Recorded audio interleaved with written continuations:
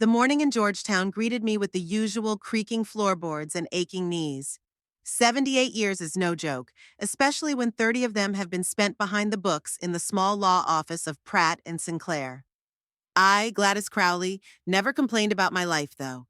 It had been 9 years since my Alfred died, but I still made coffee for two every morning. Old habits die harder than old husbands. I looked out the window at my small but manicured garden. Georgetown had changed since Alfred and I bought this house in 1970. Back then, it had been a quiet neighborhood with affordable prices. But now the houses in the neighborhood were bought by young families with two cars and mortgages the size of the national debt. My phone rang, and I knew who it was without even looking at the screen. Mom, hi, it's me. Hubert's voice sounded too chipper for Tuesday. How are you today? I'm fine, I replied, wincing at the pain in my lower back as I bent down to pick up my slippers. Listen, Octavia and I thought we'd stop by today, give you a hand around the house. Maybe there's something that needs fixing? I sighed. My 50-year-old son, who'd never learned to pay the light bill on time, was suddenly eager to fix other people's houses. Hubert was never a handyman. My late husband, God rest his soul, often joked that his son could even break a brick. Nothing, thank you, I said, trying to sound neutral. Everything works. But Mom, we want to help. Octavia will make you lunch. You know how much she loves to cook for you. The last time Octavia cooked for me, she left a mess in the kitchen that took me 2 days to clean up. Plus, she took all the leftover food from my refrigerator with her, including the frozen chicken I was saving for Sunday dinner. Okay, I gave in. Be there at 2. I hung up the phone and thought. Ever since Hubert had married Octavia Pembroke 2 years ago, a woman with bright red hair and a constant need for money, their visits had increased, especially after they found out about my savings. I have to hand it to Alfred. He was always a prudent man. We saved every penny, saving for everything except Hubert's education. It was ironic that our son, who had earned a degree from a prestigious university, had never been able to find himself in life, flitting from one temporary job to another. I remembered how Alfred had made a promise to me when he was ill. Gladys, take care of our savings. They are your defense in your old age. Don't give Hubert everything at once, for he has never been good with money. I swore to him that I would be prudent. But could I have foreseen that my own son would look upon my bank account as his property? When they arrived, Hubert went straight to the living room where he turned on the television, while Octavia began helping in the kitchen, rattling the dishes. Gladys, darling, she chirped, peering into the cupboards. You don't have much food. How do you eat? Aren't you saving yourself? Octavia was 42 years old, but she wore makeup and clothes as if she were no more than 30. Her voice was always an octave higher when she spoke to me, as if I were a child or deaf. I have enough food, I replied. I go to the store on Wednesdays. Oh, honey, Octavia put her hand on my shoulder. You don't have to work so hard. Hubert can drive you shopping. Or we could bring everything ourselves. By the way, she lowered her voice, I'm so embarrassed to say this, but we're having a little financial difficulty. Hubert is waiting to be paid for the last project, but the client is behind on the payment. I listened silently to this familiar song. I had heard it in different variations over the past 2 years, but the essence remained the same. They needed money and they thought I should give it to them. How much? I asked bluntly. Octavia feigned embarrassment. Oh, not much at all. $500 by the end of the week. We'll pay it back as soon as the customer pays, I finished for her. I know. I pulled my checkbook out of the drawer and wrote out a check. Octavia grabbed it before the ink was dry and tucked it into her pocket. You're a real angel, Gladys. I don't know what we'd do without you. Maybe we'd learn to live within our means, I thought, but didn't say anything. After dinner, which Octavia had prepared, to my surprise, it was edible, they went home. But before they left, Hubert pulled me aside. Mom, I've been thinking, it's hard for you to manage all these accounts and deposits on your own. Why don't you add me as a trustee? I could help with payments, keep track of investments. I took a good look at my son. Hubert had inherited Alfred's blue eyes, but not his honesty. Those eyes were now avoiding my gaze. I have power of attorney in case something happens to me, I said. But as long as I'm sane, I can manage my own finances. Of course, Mom, he agreed hastily. I was just making a suggestion, just in case. When they finally left, I discovered that my bank card had disappeared from my wallet.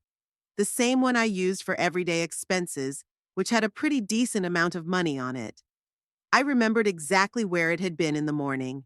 My heart sank. Had Hubert or Octavia taken it? Maybe I'd just put it somewhere else and forgotten it. It happens at my age. I searched the house thoroughly, every drawer, every pocket, but the card was nowhere to be found. With trembling hands, I dialed the bank's number to block the card.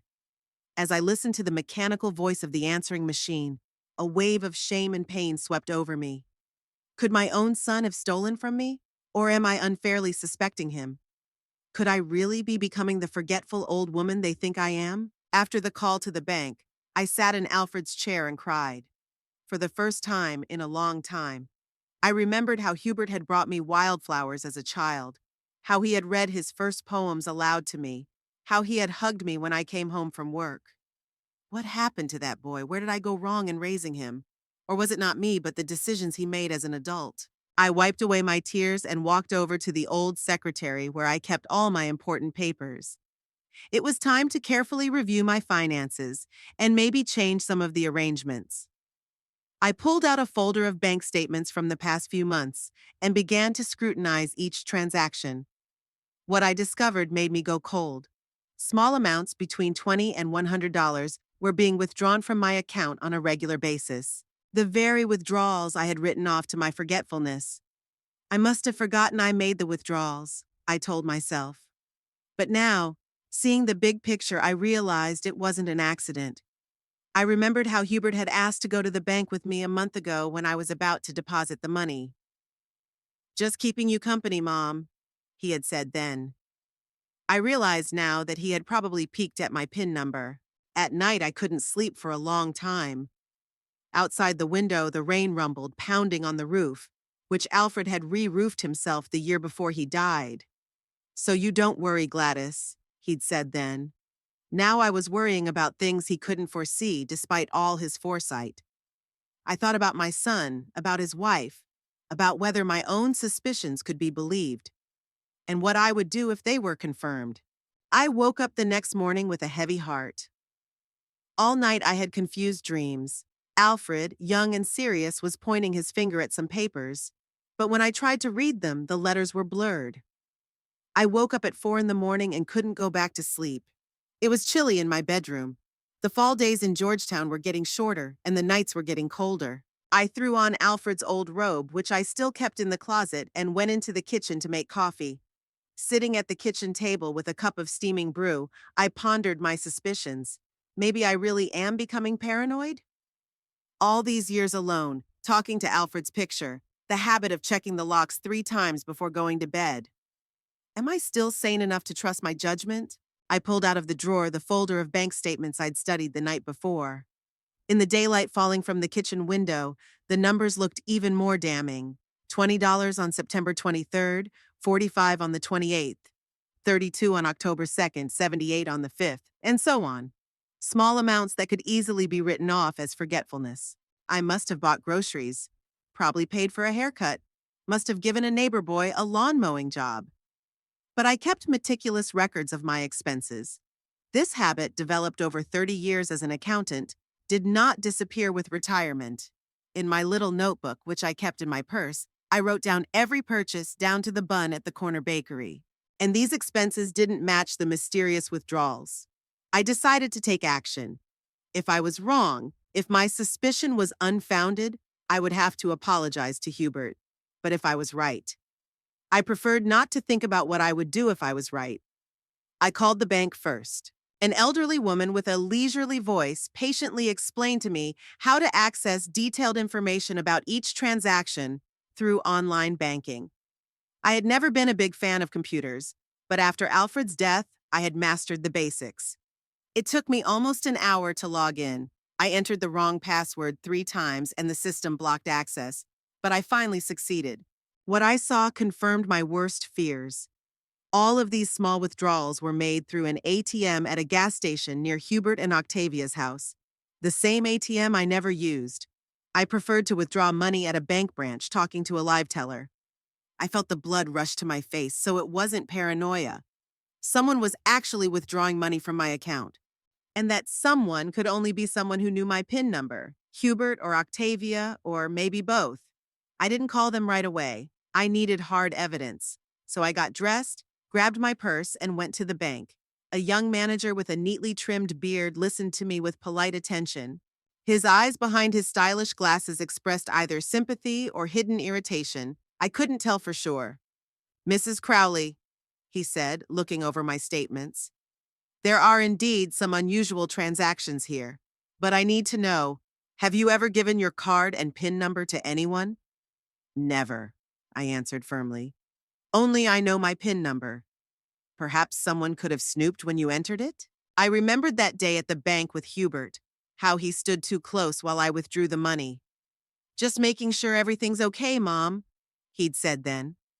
"Maybe," I replied quietly. The manager nodded, as if my answer confirmed some of his assumptions.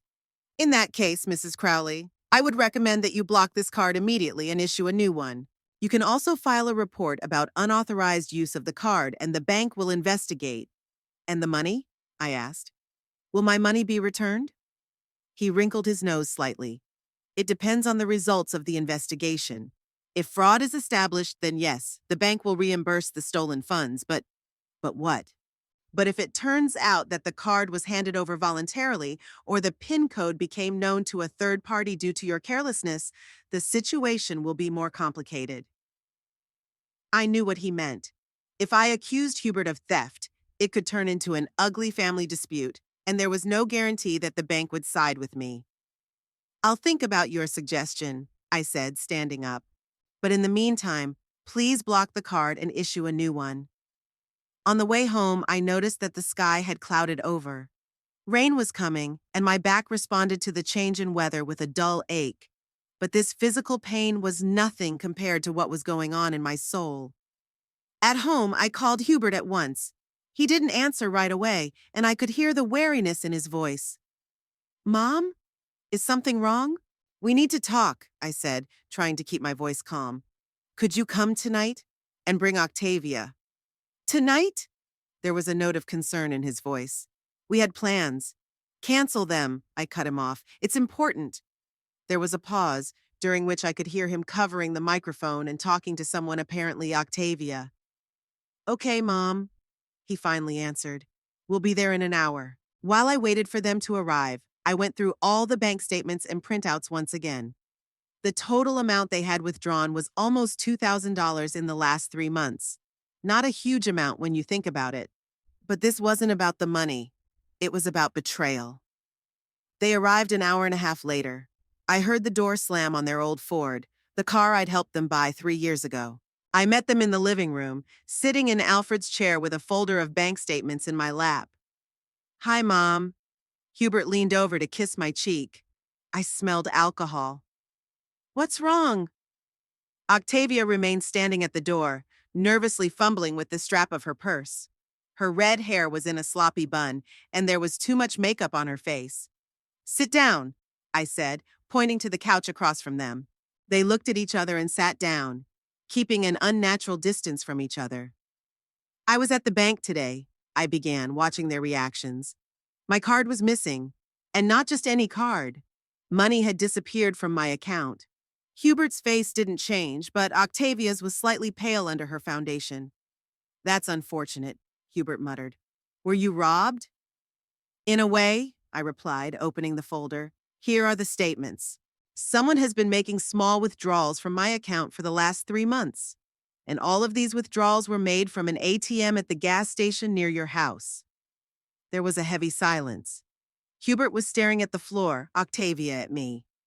"What do you want to say?" Hubert said at last. "I want to know which one of you did it," I said bluntly. "Who stole my card and withdrew the money?" "Mom!"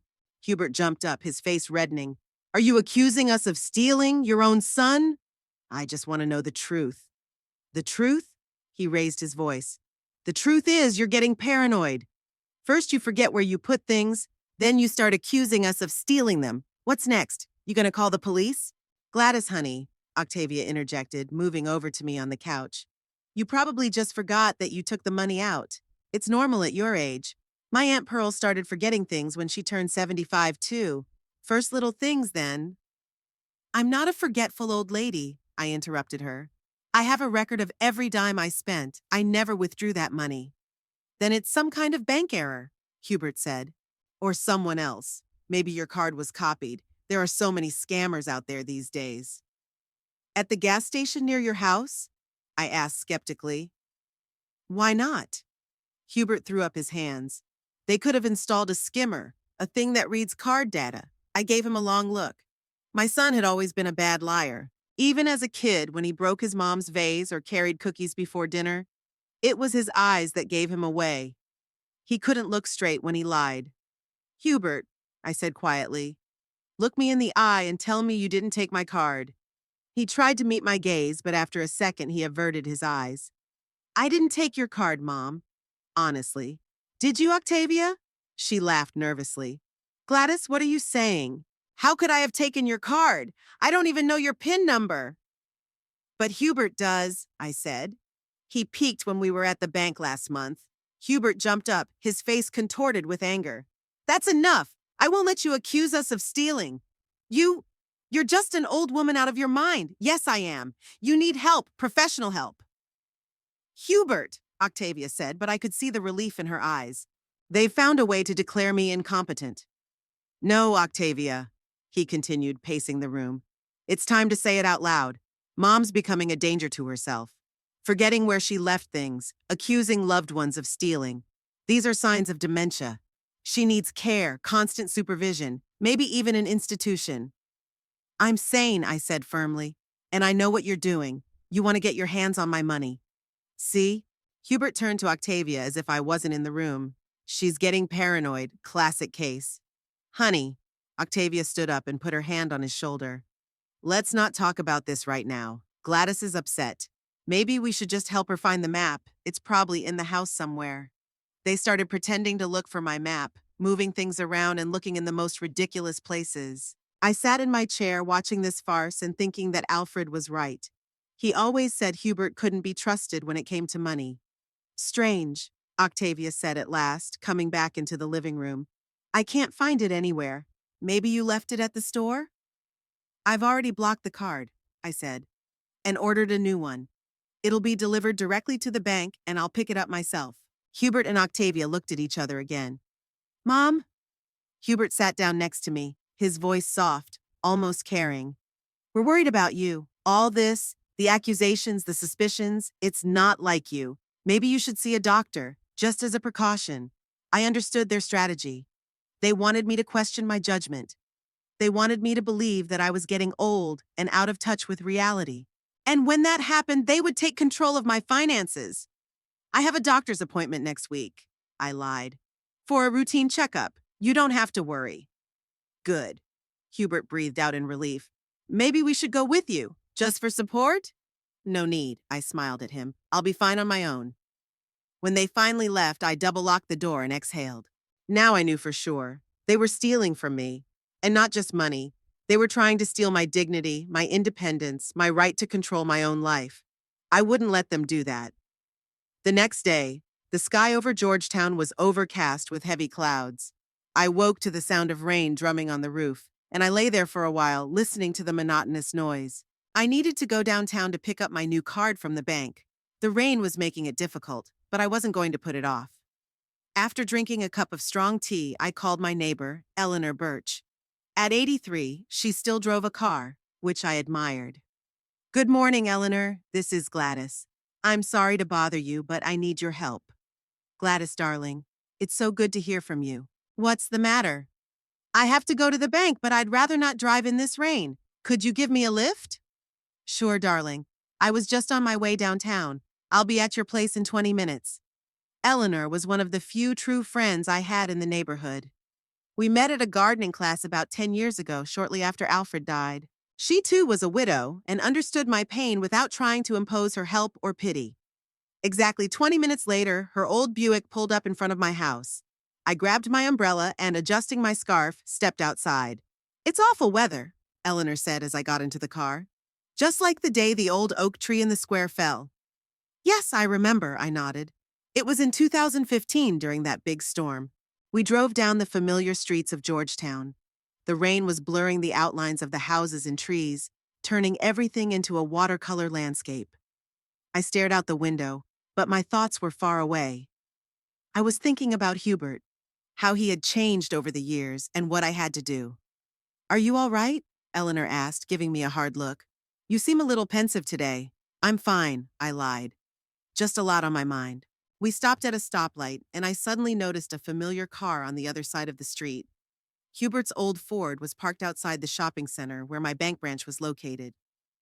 Eleanor, I suddenly felt my heart start to beat faster. Could you stop at that mall? I need to, stop by the drugstore. Sure, honey. I wanted to stop at the bookstore anyway. She parked near the entrance, and we went inside together. I told Eleanor I'd meet her at the bookstore in half an hour and headed toward the bank. The bank branch was located in the back of the mall. There were ATMs at the entrance with glass partitions for privacy, and in one of those booths I saw them, Hubert and Octavia. They were leaning over the ATM and didn't notice me. I stopped around the corner so they wouldn't see me, but so that I could watch them. Hubert was holding a bank card that looked exactly like my old card, the one that was missing. Octavia looked around nervously as Hubert entered the PIN number. I felt a cold rage come over me. So this is what they do to me. Stealing my card, taking my money, and then looking me in the eye and lying to me. I pulled out my phone and carefully took some pictures. They weren't very clear because of the distance, but you could recognize Hubert and Octavia at the ATM. Proof. Suddenly, the expression on Hubert's face changed.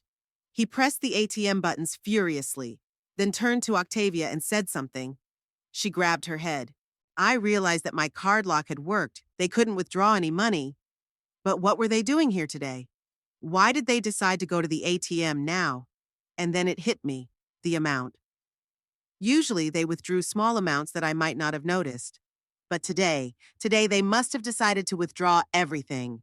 I walked over to the information desk and picked up a brochure, pretending to read it but actually watching Hubert and Octavia. They had moved away from the ATM and were arguing heatedly, standing off to the side. I should have waited, I heard Octavia whisper angrily.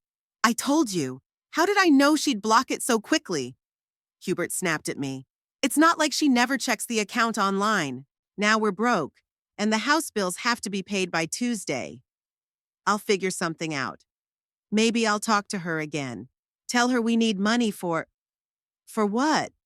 We've already used every excuse we can think of. They were so absorbed in their argument that they didn't notice me standing just a few feet away.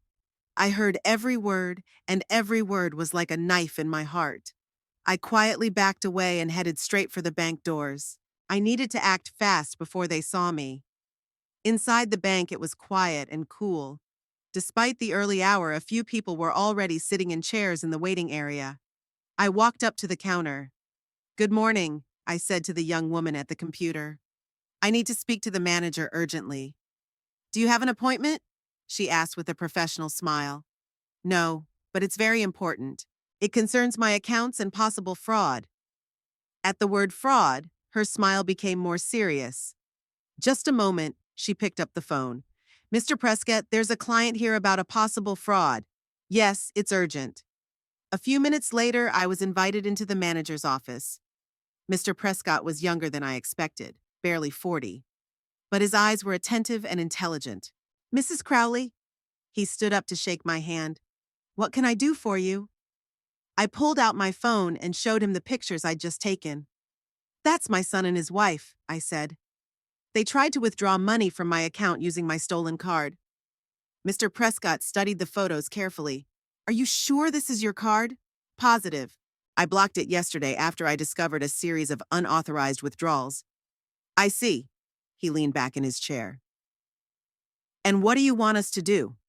I want to completely shut down my son's access to all my accounts, I said firmly. He had power of attorney over some of them. I want those documents canceled. And I also want to create new accounts that no one will know about. Mr. Prescott studied my face for a few seconds as if assessing my resolve. These are serious measures, Mrs. Crawley. Are you sure you want to do this? Perhaps you should talk to your son first. I've already spoken to him. He denies everything and tries to convince me I have senile dementia. I straighten my back. Mr. Prescott, I'm 78 years old, but I'm of sound mind. I've been an accountant for 30 years, and I know when I'm being cheated. He nodded. Good. Let's see what we can do. The next 2 hours passed in paperwork. I signed form after form, canceling all previous powers of attorney, closing joint accounts and opening new ones that only I had access to. Mr. Prescott patiently explained each document, making sure I understood everything. I'd also recommend that you change all of your online banking passwords, he said when we were done with the paperwork. And maybe consider using two-factor authentication. What's that? It's an extra layer of protection. When you log in, a code is sent to your phone that you have to enter. That way, even if someone finds out your password, they can't access your accounts without your phone. I nodded. Yes, let's do that. By the time we finished, it was almost noon. I felt exhausted but determined. Mr. Prescott walked me to the exit. Mrs. Crawley, he said in parting, if you have any questions or concerns, feel free to contact me personally. I thanked him and walked out of the bank. At the mall, I looked around, but Hubert and Octavia were nowhere to be seen. Their car had disappeared from the parking lot, too. I met Eleanor at the bookstore, as we'd agreed. You took so long, she remarked. I was beginning to worry. Sorry, I got held up at the drugstore, I lied. There was a line. Eleanor drove me home, and we agreed to meet the next day for our usual Saturday bridge game. I didn't tell her what had happened. I was ashamed to admit that my own son was trying to steal from me. At home, the first thing I did was check all the windows and doors, making sure they were locked.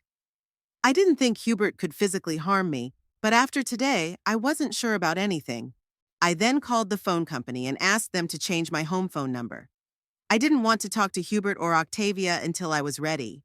In the evening, as I sat in the living room with a cup of herbal tea, the doorbell made me wince. I cautiously walked to the door and looked through the peephole. Hubert stood on the threshold alone without Octavia. His face was contorted with anger. Mother! He shouted, pressing the bell again. I know you're home. Open the door. I backed away from the door, my heart pounding. How did he know? Had someone from the bank called him? Mom! He started banging on the door with his fist. What have you done? Why did you close the accounts? All our cards are blocked. So they had already tried to use their cards and found the accounts closed. They must have been in total chaos, just like I planned. Go away, Hubert, I shouted through the door. I don't want to talk to you. You can't do this, he kept banging on. It's my money, too. Dad wanted me to have it. It was a lie, and we both knew it. Alfred never said anything like that. On the contrary, he was always worried about Hubert's financial irresponsibility. Go away, I repeated, or I'll call the police. The police? He laughed hysterically. You're going to call the police on your son? They'll laugh at you, you old fool. They'll say it's a family matter. His words stung, but I remained adamant. I picked up the phone and said loudly, I'm dialing 911 right now. The knocking stopped. Okay, Hubert said in a quieter voice. I'll go away. But this isn't over, Mom. You'll regret this. I heard him go down the steps, then the sound of the engine starting. It was only when the car pulled away that I finally exhaled. I sat down in Alfred's chair, shaking from the stress I'd been through. You're going to regret this, he said. What did he mean by that? What was he planning to do? For the first time since I discovered the theft, I felt fear, not for my money, but for myself. What if Hubert really does try to declare me incompetent? What if he finds a way to gain control of my life? I decided I was going to see a lawyer tomorrow. I needed to protect not only my money, but my freedom, my independence. I would not allow myself to be turned into a helpless old woman manipulated for an inheritance. With these thoughts, I went to bed, but I couldn't sleep for a long time. It continued to rain outside the window, and the events of that long day replayed over and over in my mind. The next few days passed in anxious anticipation. I kept my phone with me at all times, even though I had changed my number. Every sound on the street, every passing car made me flinch. I waited for Hubert to take action, but he never showed up or called. Monday morning, I went to see my lawyer. Mr. Caldwell was a partner in the very law firm where I had worked for 30 years. He was now in his 60s, but I still remembered him as a young law school graduate, tentatively holding his first contract. Ms. Gladys, he greeted me warmly as he stood up from the table. What a pleasant surprise. How are you doing? Not as well as I'd like, Pearson, I said, taking a seat across from him. I need your professional help. He became serious in an instant. What's wrong? I told him everything. The missing card, the petty thefts, how I'd caught Hubert and Octavia at the ATM, and my decision to close the accounts. Mr. Caldwell listened intently, making notes in his notebook. And now you're afraid that your son might try to have you declared incompetent? He said when I had finished. That's right, I nodded. He'd already said something about my forgetfulness and senile dementia. I know Hubert. If he decides this is the only way to get to the money, he'll try. Mr. Caldwell thought for a moment. In that case, we need to take preventive measures. I suggest we prepare a few documents. First, a new will with clear terms. Second, a medical power of attorney, a document that will authorize me to make medical decisions for you if you are unable to. Third, a power of attorney in the event of incapacity. These documents will allow you to appoint someone you truly trust, not someone the court will appoint. I don't have anyone I can trust, I admitted. Hubert is my only child. What about friends? Other relatives? I thought of Eleanor, but she wasn't young herself. I had a nephew, Robert, my sister's son, but we hadn't spoken in years. Maybe my nephew Robert, I said uncertainly. But we haven't seen each other in 15 years. Perhaps you should contact him, Mr. Caldwell suggested. I'd also recommend that you get a medical evaluation, a full cognitive evaluation. This would create documentation of your capacity at this time. I agreed to all of his suggestions. We agreed that I would return in a couple days to sign the prepared paperwork and that he would help me find a good doctor for the examination. Returning home by cab, I felt a little calmer. At least I had a plan of action, but that feeling of security was short-lived. When I pulled up to the house, Octavia's car, a used red Honda Civic with a dent in the rear bumper, was parked out front. I asked the cabbie to wait, not sure I wanted to be alone with my sister-in-law. But then I decided I wasn't going to hide in my own house.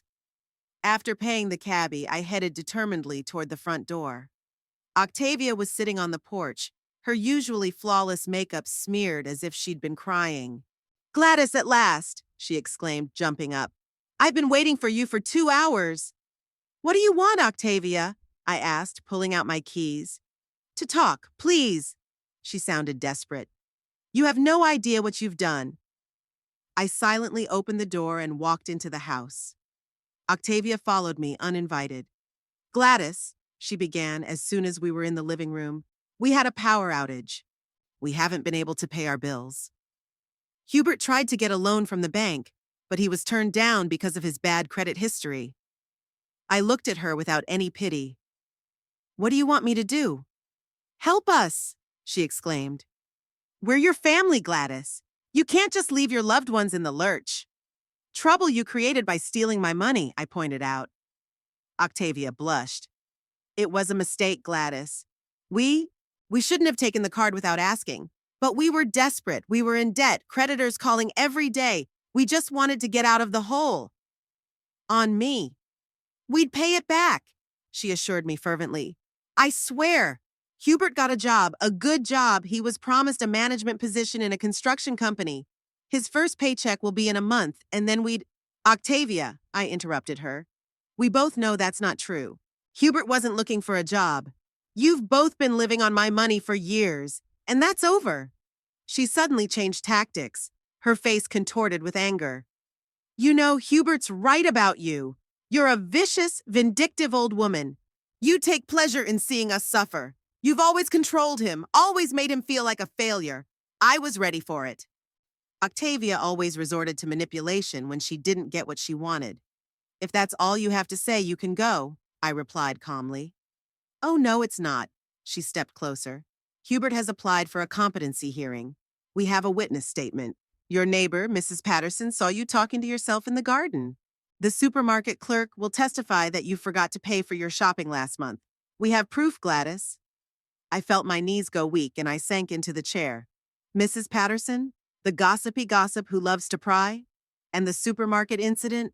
Yes, I did forget to pay for a carton of milk once, but I went back and paid as soon as the cashier called out to me. That's ridiculous, I said, trying to keep my voice steady. No court is going to declare me incompetent on those grounds. Don't be so sure, Octavia grinned. We have a lawyer. He specializes in such cases. According to him, with your age and this testimony, we have a good chance, especially if we emphasize your eccentric behavior. Like the way you suddenly closed all your accounts for no reason. I had a reason, I objected. You were stealing my money. Prove it, she parried. You have no proof. It'll be your word against ours.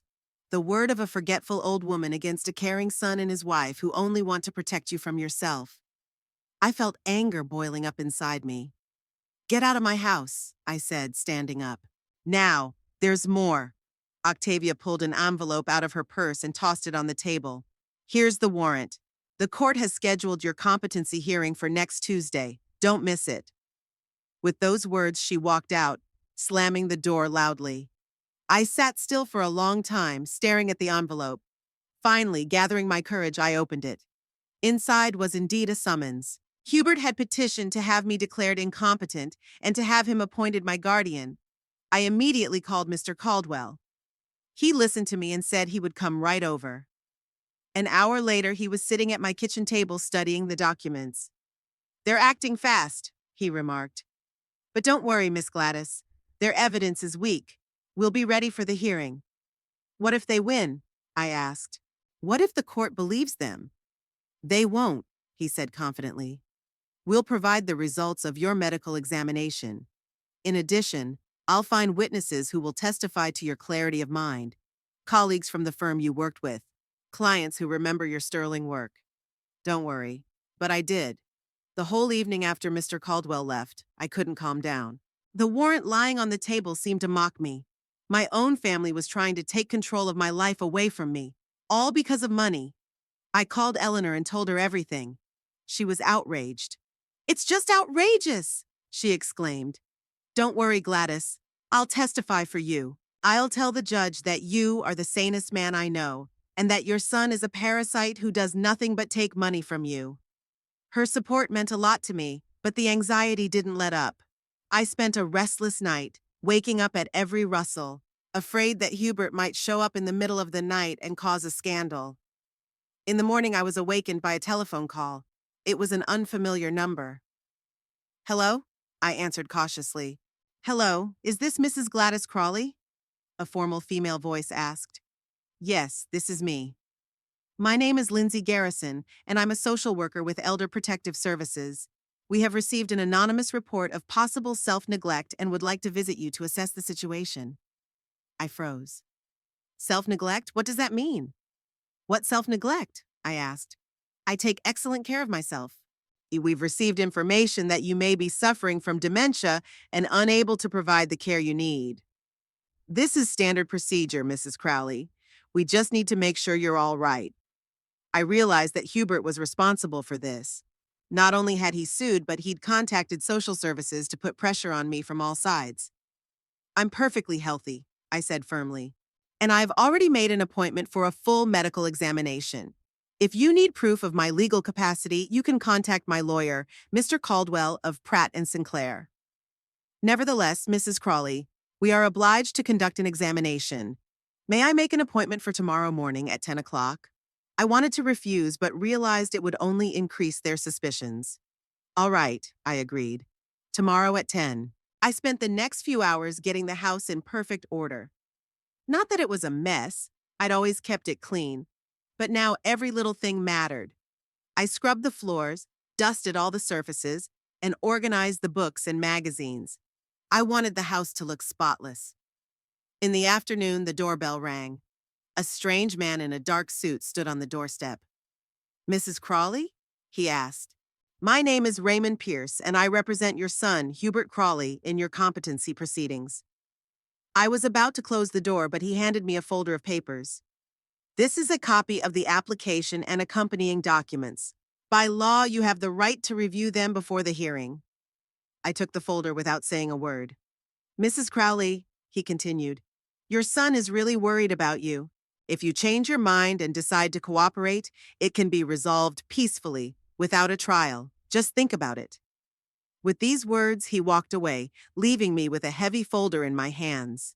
In the evening, I received a call from Mr. Caldwell to tell me that he had made an appointment for me to see a neurologist the day after the social worker's visit.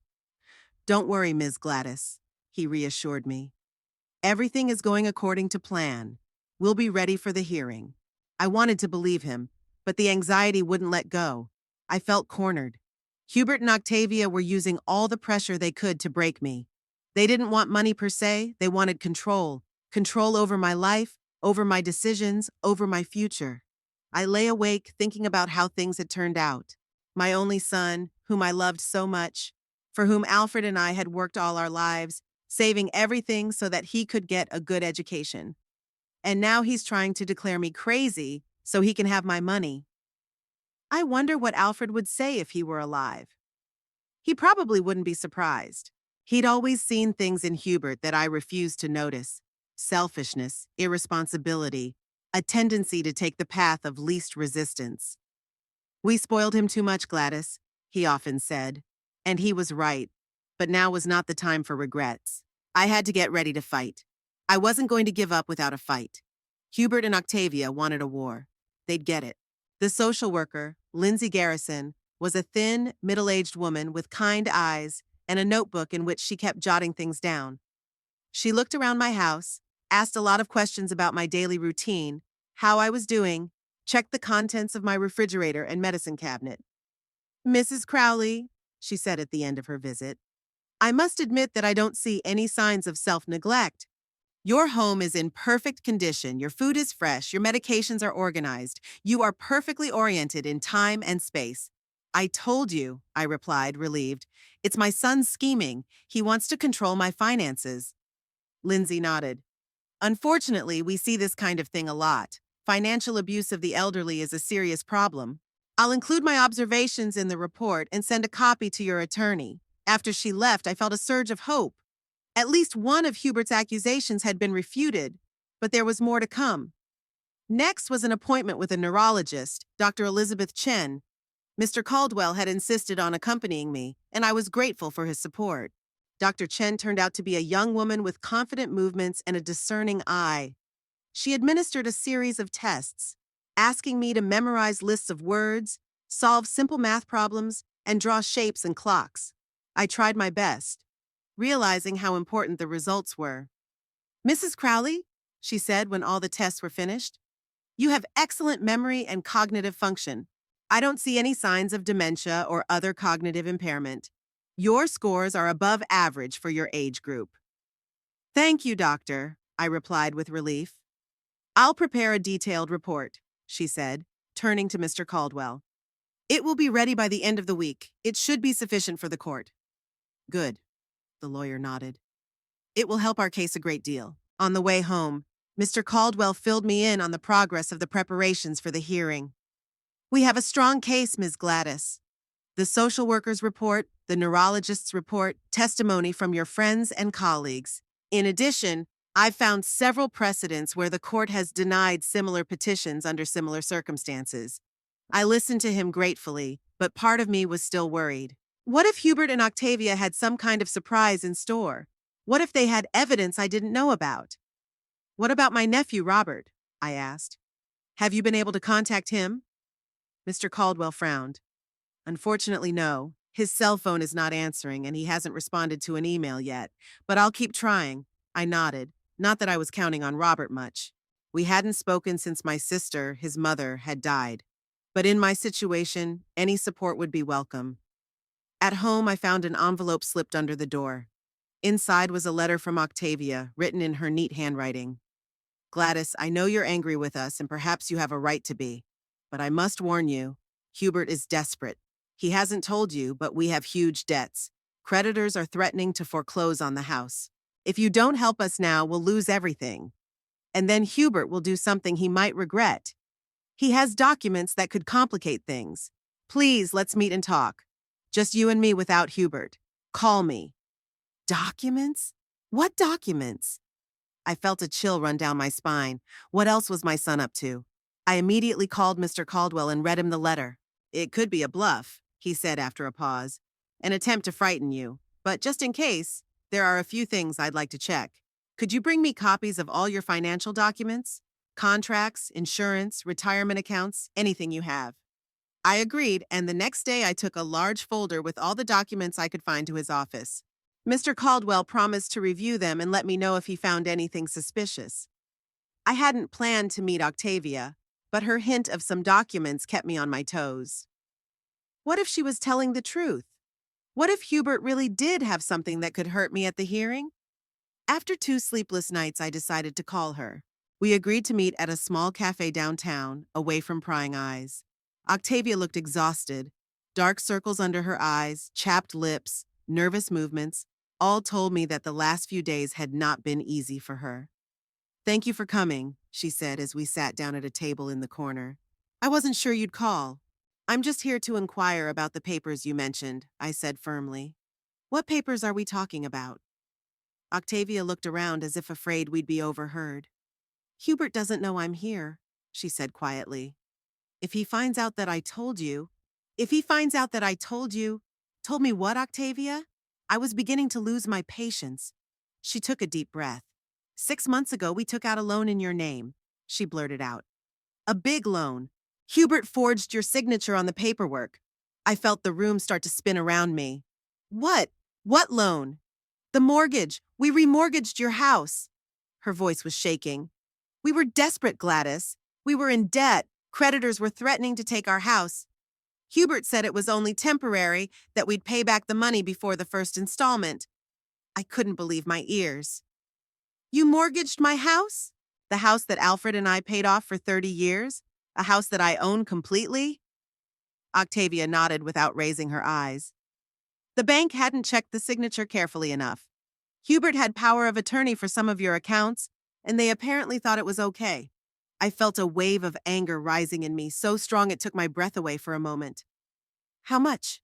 I asked when I could speak again. "How much did you take?" "250,000, Octavia answered quietly. $250,000. Money I could never pay back on my pension. "And where is that money now?" I asked, even though I already knew the answer. Octavia waved her hands helplessly. "We paid off our debts, bought a new car for Hubert, went on vacation to the Bahamas. He said he'd get a job and start paying off the loan, but it never happened," I finished for her. "And now that I've cut off your access to my accounts, you can't pay that loan. That's why Hubert is trying to have me declared incompetent to gain control of the house and continue paying on the loan you took out illegally." Octavia nodded silently. "Why are you telling me this now?" I asked. "Why are you betraying Hubert?" She looked up at me, her eyes full of tears. "Because he's changed, Gladys. He's become scary. He yells at me, sometimes even—" She stopped talking, but I knew what she meant. "It's the money. It changes people. And I'm afraid that if he gets control of your finances, things will get worse." I didn't know whether to believe her. Octavia was always a good actress. But the loan documents, if they really existed, were a serious problem. "Do you have copies of those documents?" I asked. She shook her head. "Only at the bank. Hubert doesn't keep such things at home. But I know the bank where we got the loan, First National Bank on Oak Street." I wrote down the name and address of the bank. "Thank you for the information, Octavia. But it doesn't change what you did. You both betrayed my trust." "I know," she replied quietly. "And I'm not apologizing. Just be careful with Hubert. He won't stop until he gets what he wants." With those words, she got up and walked away, leaving me sitting there in a daze. I immediately called Mr. Caldwell and told him about the meeting. "It's very serious, Miss Gladys," he said after a long pause. "If what she said is true, your son has committed felony forgery and fraud. I'll contact First National Bank immediately and request copies of all documents related to this loan. If necessary, we will get a court order." I returned home in a state of shock. My home, my only asset, was in jeopardy because of my own son's greed and irresponsibility. What would Alfred say if he knew our only child was capable of such a thing? The next morning, Mr. Caldwell called me. "Miss Gladys, I've contacted the bank. The mortgage does exist. It was taken out 6 months ago for $250,000. And yes, Your signature on the deed. Or what should be your signature. I squeezed the phone so hard my knuckles turned white. What can we do? I've already started the process. We're filing a fraud report. The bank will have the signature analyzed. I've also requested statements from the account the money was transferred to trace where it went. If we can prove that you didn't sign those documents and that the money was spent by your son for personal use, we'll have not only a civil suit, but a criminal suit. Criminal? I flinched. You mean Hubert could be arrested? Yes, Mr. Caldwell said firmly. What he's done is a crime, Miss Gladys, and a pretty serious one. I closed my eyes. The thought that my son might be in prison was unbearable. But what had he left me? What choice did I have? Do what you have to do, I said finally. I won't let him take my home away from me. The next few days passed in feverish activity. Mr. Caldwell worked with the bank, getting copies of all the documents and requesting signature examinations. I met with a handwriting expert who compared the forged signature with samples of my real handwriting. We also gathered evidence that I was elsewhere on the day I signed the documents. I had a doctor's appointment and kept all of my medical records. On the eve of the court hearing, Mr. Caldwell came to my home with big news. Forensics confirmed that the signature was forged, he said. What's more, we traced the path of the money. Most of it, about $180,000, had been used to pay off some debts. The rest was spent on buying a car, expensive electronics, and a trip to the Bahamas. So what now? I asked. Tomorrow at the hearing, we will present all this evidence. I've also prepared a counterclaim to invalidate the mortgage because of fraud, but there's something else, he faltered. The police want to talk to you about a possible criminal case against your son. I felt the blood drain from my face. They want to arrest Hubert? So far, it's just a questioning, Mr. Caldwell said softly. But yes, it could eventually lead to an arrest and a trial. I stood up and walked to the window. It was a beautiful fall day outside, golden leaves swirling in the air, neighborhood children playing on the front lawn, an ordinary peaceful picture, a contrast to the chaos my life had become. Miss Gladys, Mr. Caldwell said quietly, I understand how difficult this is for you. He's your son, and despite everything, you love him. But what he did was a crime. He tried to deprive you of your home, incapacitate you, maybe even put you in a nursing home. All for money. I knew he was right. Hubert had gone too far. It wasn't just a family quarrel, it was betrayal in the deepest sense of the word. And yet, I have to think about it, I said. About filing a police report. Can we focus on tomorrow's hearing first? Of course, he nodded. The important thing now is to disprove the allegations of your incapacity and protect your home. Everything else can wait. After he left, I sat in Alfred's chair for a long time, thinking about everything that had happened. How had Hubert and I gotten to this point? At what point had my favorite boy turned into a man capable of stealing from his own mother? Was it my fault? Maybe Alfred and I spoiled him too much, never demanded responsibility, always forgave his mistakes? Or was it something else?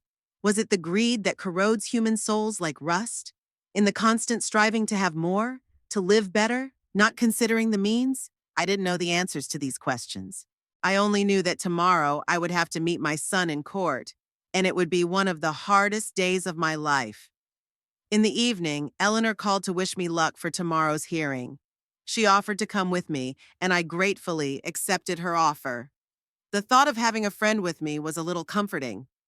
You'll be fine, Gladys, she said confidently. You're stronger than you think. I wanted to believe her. I wanted to believe that I had the strength to get through this ordeal, that I could protect myself, my home, my dignity. But deep inside, in the part of my heart that will always belong to my son, I felt pain. The pain of betrayal, of shattered hopes, of knowing that nothing would ever be the same again. I went to bed early, but I couldn't sleep for a long time. My mind was reeling with fragments of thoughts and memories. Hubert as a child, his first day of school, his graduation, his wedding. And next to those warm images were Octavia's cold eyes as she talked about the fake mortgage, the debts, how Hubert had changed. Tomorrow, everything will be resolved, I thought as I fell asleep. Tomorrow, I'll know if my son and I can find our way back, or if our family is ruined forever. The day of the trial was clear and cool. I woke up at first light, even though the hearing wasn't scheduled until 10 in the morning. My hands trembled slightly as I brewed my morning coffee. Today was deciding my fate, whether I could retain control of my life or become a pawn in the hands of my own son. Eleanor came to pick me up at 8:30. She looked unusually solemn in a navy blue suit and pearl earrings. "Are you ready?" she asked, giving me an appraising look. I nodded. I was wearing a dark gray dress and a jacket that I usually wore only to funerals. Today it seemed appropriate to wear it again. In a way, I was burying my relationship with my son. Mr. Caldwell was waiting for us outside the courthouse. He was calm and collected, carrying a heavy briefcase full of documents that I hoped would save my independence. "Ms. Gladys," he greeted me, "you look good, confident. That's important. The judge needs to see that he's looking at an able-bodied woman in full control of her life." We walked into the courthouse, a stately red brick structure that remembered the days of my youth. Inside, it smelled of wood polish and old papers, the smell of officialdom and order. In the hallway outside the courtroom, I saw Hubert and Octavia. They were standing at the window with a man I recognized as Pierce's lawyer. Hubert was pale, with eyes red from lack of sleep. Octavia kept close to him, but I could feel the tension between them. When they noticed me, Hubert looked away quickly, and Octavia nodded faintly. We didn't exchange greetings. The session began at precisely 10 o'clock. Judge Rivera, a dark-haired woman in her 50s with shrewd eyes, scrutinized the documents in front of her before turning to the litigants. "So, we are considering Mr. Hubert Crowley's petition to declare his mother, Mrs. Gladys Crowley, incompetent, and to appoint him as her legal guardian," she said, adjusting her glasses. "Mr. Pierce, please present your client's arguments." Hubert's attorney stood up and began laying out the evidence of my allegedly deteriorating mental state: forgetfulness, paranoia, irrational decisions. He mentioned the bank card incident, describing it as my unfounded suspicion caused by dementia. "Your Honor," he concluded, "Mrs. Crowley needs protection from herself and from those who might take advantage of her vulnerable condition. Her son, a loving and caring man, wants only one thing: to keep his mother from making mistakes that could seriously affect her quality of life." I listened to these lies, feeling the anger building up inside me. A loving and caring son who stole my card, forged my signature, mortgaged my house. Mr. Caldwell then took the floor. He presented reports from Dr. Chen and the social worker attesting to my full capacity. He read letters from former colleagues, neighbors, anyone who could attest to the clarity of my mind. Eleanor also spoke, describing me as the sanest woman she knows. And then Mr. Caldwell went on the offensive. "Your Honor," he said, pulling out a file folder, "Mr. Hubert Crowley's petition is not a concern for his mother, but an attempt to cover up a serious crime. 6 months ago, Mr. Crowley forged his mother's signature on the mortgage papers for her house, obtaining a loan of $250,000. The money was used to pay off his personal debts, buy a car, and vacation in the Bahamas." Silence hung in the courtroom. Judge Rivera frowned as she studied the evidence presented. The expert opinion of a penmanship expert, bank statements, evidence that I had been to a doctor's office in another city on the day I had allegedly signed the documents. I looked at Hubert. He sat with his head down, his shoulders tense. Octavia, who was sitting next to him, moved away from him, as if she wanted to show that she had nothing to do with his actions. "Mr. Crowley," the judge addressed my son, "these charges are very serious. What have you to say in your defense?" Hubert stood up. His usual self-confidence was gone. Before me was a broken man. I had debts," he mumbled. "Octavia and I could have lost the house. I was planning on paying it back before your mother found out," the judge clarified. "Mr. Crowley, if this evidence is authentic, we're talking about fraud and forgery. Those are felonies." "I know," he said quietly. "But I never meant to hurt my mom. Just what?" For the first time in the whole meeting, I spoke up. "Just decided to steal $250,000 from your own mother? Just decide to foreclose on the house your father and I paid off for 30 years? Just decided to declare me crazy when I exposed your deception?" Hubert couldn't look me in the eye. I'm sorry, Mother, he said. I don't know what came over me. The money, debts, it's all so confusing. That's enough, Judge Rivera interrupted him. I've heard both sides and read the evidence. Mr. Hubert Crowley's petition to have his mother declared incompetent is denied. Moreover, I am forwarding the case file to the district attorney to consider prosecution for fraud and forgery. She looked at me. Mrs. Crowley, you have the right to file a civil suit for damages. I also recommend that you contact the bank to void the mortgage agreement as invalid. Thank you, Your Honor, I replied, feeling a weight fall from my shoulders. When the hearing was over, Mr. Caldwell, Eleanor, and I walked out into the hallway. I felt both relieved and deeply tired at the same time. The battle had been won, but at what cost?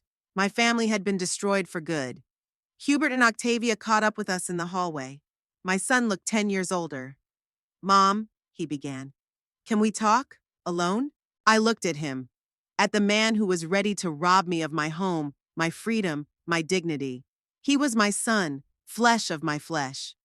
I remembered his first steps, his first words, his first day of school. And I remembered how he lied to me when he looked me in the eye, how he accused me of dementia, how he betrayed me in the most despicable way. No, Hubert, I said firmly. We have nothing to discuss. It's all been said. But, Mother, I can explain. I can make it right. Fix it? I questioned you. How do you fix betrayal? How do you regain your trust? Some things can't be fixed, Hubert. Some bridges, when burned, remain ashes forever. Octavia put her hand on his shoulder. Come, Hubert, not now. What will happen to the criminal case? He asked, ignoring his wife. Are you really going to let them arrest me, your own son? I looked at him, and there was no pity or doubt in my heart. You made your own choice, Hubert. Now live with the consequences. That's what grown men do. With those words, I turned and walked toward the exit, feeling a little freer with each step. It had been 3 months since that day in court. Life had not stood still. Mr. Caldwell helped me get my mortgage agreement voided. The bank admitted their mistake in checking the paperwork and agreed not to pursue a refund from me, even though I knew they would pursue Hubert. A criminal case was filed against him, but I did not participate in the process. I told the prosecutor everything I knew and left it to the justice system to decide Hubert's fate. It was hard for me to think that my son might end up in prison, but it was even harder knowing that his actions went unpunished. Octavia filed for divorce shortly after the trial. I wasn't surprised. She always knew how to abandon a sinking ship. I didn't blame her, though. Perhaps she'd finally realized that she'd tied her life to a man who would never grow up, never take responsibility for his actions. And I was starting a new chapter in my life. The decision to break up with my son wasn't easy, but I knew it was the right thing to do. Some relationships are so toxic that the only way to survive is to end them completely, even when it comes to your own children. I found unexpected support in my neighbor, Eleanor. We began to spend a lot of time together, playing bridge, going to the theater, sometimes just sitting on the veranda, watching the life of our street and sharing stories from the past. She was a widow, like me, and understood my pain and loneliness without further ado. One evening, as we sat in my living room with cups of herbal tea, she asked, "Don't you have any regrets about breaking up with Hubert?" I wondered. Sure, there were moments of weakness, when I'd wake up in the middle of the night with an aching heart, remembering my boy. But then it wasn't a child with dimples on his cheeks, but a grown man who was ready to take everything from me. No, I answered honestly. I miss the son I raised. But that Hubert is long gone. The man who tried to steal from me and declare me crazy. I don't know, and I don't want to know. Eleanor nodded. You're a strong woman, Gladys. Not everyone could have done what you did. I was just protecting myself, I shrugged, just like Alfred had taught me. At the end of November, I received a letter from my nephew Robert. Mr. Caldwell had found him after all and told him about my situation. In the letter, Robert apologized for the long silence, explaining that after my sister's death, he had been too wrapped up in grief to keep in touch, but now wanted to reconnect. We began corresponding. He was living in Seattle with his wife and 2 daughters, working as an engineer. In his letters, he talked about his family, his work, and asked about my life. Gradually, our correspondence grew warmer and warmer, and by Christmas, he offered to come to visit me with his family. Aunt Gladys, he wrote, the girls and I would like to meet you. Maybe you'd be willing to spend Christmas with us. I agreed, and for the first time in years, I began to prepare for the holidays with joy instead of a heavy sense of loneliness. In early December, I planted a new tree in the garden, a small oak tree that I knew I wouldn't see as an adult. But I loved the thought that it would grow here for years after I was gone. It was my way of telling the world that I was still here, that I was looking toward the future, not stuck in the past. Sometimes, while working in the garden, I would notice an unfamiliar car driving past the house too slowly. Sometimes I thought I saw Hubert in it, watching the house from afar. But maybe it was just a play of imagination. His trial was still going on. Mr. Caldwell said that Hubert would probably get probation and have to pay restitution to the bank. That was fine with me. I didn't want him in jail, but I didn't want his crime to go unpunished. A week before Christmas, I received a letter from him. A plain white envelope with my name in his familiar handwriting. I held it in my hands for a long time, hesitant to open it. Part of me wanted to just throw it away without reading it.